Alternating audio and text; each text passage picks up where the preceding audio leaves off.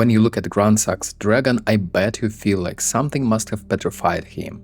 You see that enormous rigid body frozen across Leyndell, neck arched backward and claws still gripping the city, and it barely looks like a corpse. But I think the transformation is backward. Gransax was not turned to stone when he died. Ancient dragons were living stone already. Gransax doesn't look like something that died normally. He is still tangled through Leyndell's walls and buildings. His head remains raised. His limbs have not simply collapsed beneath his weight.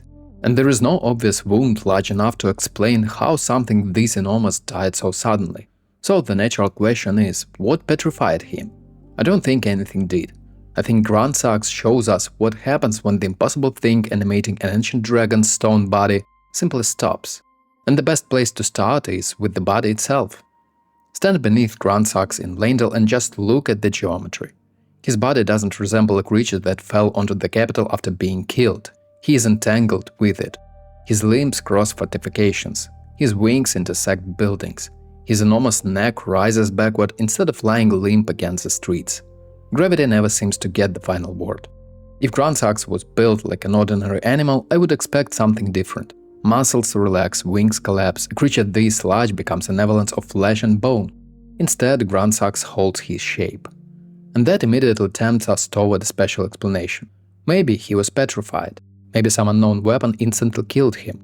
Maybe because ancient dragons are associated with distorted time, Gransax was somehow frozen in the moment of his defeat. At first I found that last possibility especially tempting. It matches the image almost perfectly. But it also requires an event the Elden Ring game never tells us happened. There is a simple explanation visible on every surviving ancient dragon. Compare Placid Dewsax or Landsix with dragons like Egghale. The younger dragons look biological. They have recognizable hides, wings, and bodies. Ancient dragons look architectural. Their scales are thick, angular slabs. Their bodies resemble weathered monuments. Even their wings feel less like delicate membranes and more like pieces of geology that somehow learned to fly. Gransax takes that quality to an absurd scale. Look at him against Leyndell itself. The capital is pale carved stone covered in gold. Gransax is darker stone threaded straight through it. From certain angles, he barely looks like an animal lying across architecture. He looks like another piece of architecture. That is the first reason I don't think death turned him rigid. I think rigidity was already part of what he was. Whatever allowed that stone to move was the extraordinary part. And if that is true, it also changes another mystery surrounding Gransax, why Leyndell apparently never removed him. The Dragon War happened before the Shattering. Whatever the exact chronology, Leyndell clearly continued functioning after Gransax's attack. Yet his corpse remains embedded in damaged structures at the heart of the capital. If Gransax were a giant decaying carcass, this is difficult to explain. But if his corpse is effectively a mountain-sized mass of supernatural stone, the problem changes. Leyndell was not cleaning up a body, it was dealing with geology. There is still a problem though. Gransax is not the only ancient dragon corpse we can examine, and the others don't look like this. Crumbling Farum Azula is where this idea becomes much stronger and much uncomfortable. The place is almost a graveyard built into a stone. Dragon bodies lie among broken temples, floating masonry and shattered pathways. Their remains share the same mineral quality we see in Gransax. Stone-colored scales, hard silhouettes, bodies that visually merge with the ruins around them. We don't need a unique event in Leyndell to explain why Gransax looks like stone. Stone is normal for an ancient dragon, and that makes the word petrifying misleading. Petrification suggests that something organic became mineral, but ancient dragons seem to begin on the other side of that boundary. Their stone is alive. When I started looking at Gransax that way, the corpse stopped resembling a dragon transformed into a statue. It started resembling a statue that used to be a dragon, and the environment in Leyndell fits that interpretation. The bolt of Gransax confirms this ancient dragon attacked the royal capital and breached its walls, an event said to have begun the war against the ancient dragons. That much is established. How Gransax died is not, but his body tells us how far he got.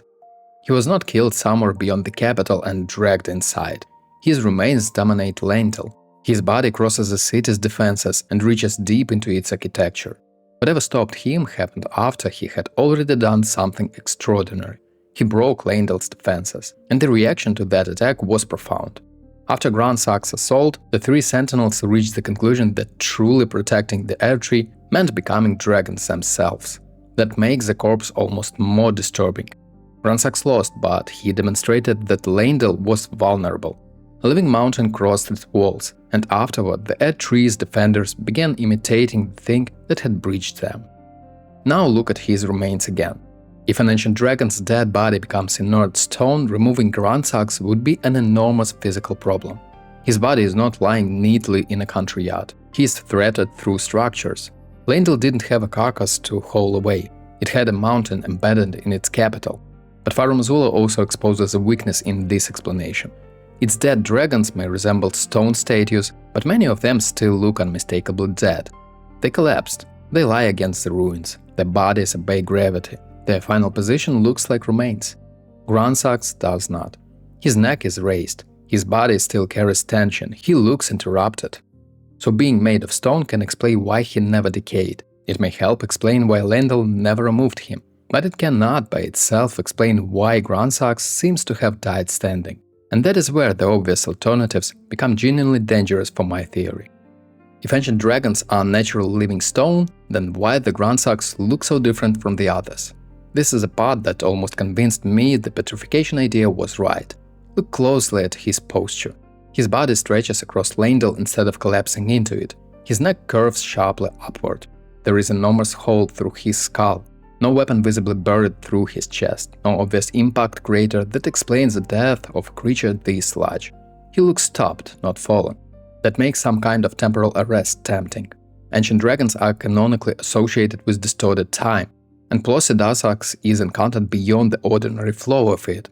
A dragon apparently frozen in a single violent pose fits that imagery remarkably well. Maybe Gransax somehow suspended himself. Maybe someone else did it to him. Visually that works. The problem is that nothing actually tells us it happened. We have no confirmation that Gransax possessed an ability capable of freezing himself like this. No description saying somebody imprisoned him in time, and no statement that he survived his assault in suspended animation. Petrification runs into the same problem. We can invent a power strong enough to turn Gransax into stone, but then we're inventing a transformation to explain material his species already possesses. There is one more tempting solution. Godwyn killed him. Godwyn questionably fought during the war against the ancient dragons. He defeated Fortissax and then befriended him, but that doesn't mean he killed Gransax. The timeline gives us separate facts. Gransax attacked Leyndell and the dragon war begins. Godwyn fights Fortissax. Godwyn defeats him. They become friends. Those events belong to the same conflict. They do not identify Gransax's killer. And that matters because I don't think we can solve this by finding the perfect magical attack. The stranger question is more basic. Why are we assuming a stone body should collapse like a flesh body? We normally understand death through flexible bodies. Bones create structure, muscles move joints, skin stretches around them. When the muscles stop working, the body loses tension and falls limp. But look at the ancient dragon in Elden Ring. That model already feels wrong. These creatures appear built from enormous stone scales. Their limbs look segmented and mineral. Their wings resemble slabs. Their bodies have the weight and texture of carved rock. So what if movement is the supernatural part, not the stone? Exactly how ancient dragon bodies function is never explained. This is where interpretation begins. I think their living state animates something fundamentally rigid. If so, death would not need to transform the body at all. Nothing petrifies, nothing hardens. The animation simply ends, and whatever position that stone occupies at the moment of death can remain, especially if something else is supporting its weight. That last part is crucial. Look at Gransax's surroundings again. Walls beneath him, buildings around him, wings and limbs stretched across a huge section of the capital. Leyndell itself is holding up the corpse. That gives us a way to reconcile Gransax's dragon with collapsed dragons elsewhere. They do not need different kind of bodies, they only need different death. A dragon killed in flight can crash, a dragon given time to weaken can collapse, a dragon already resting can remain on the ground. But if Gransax died suddenly while climbing across structures capable of supporting his enormous stone frame, much of his final posture could survive. His position may therefore be evidence of sudden death.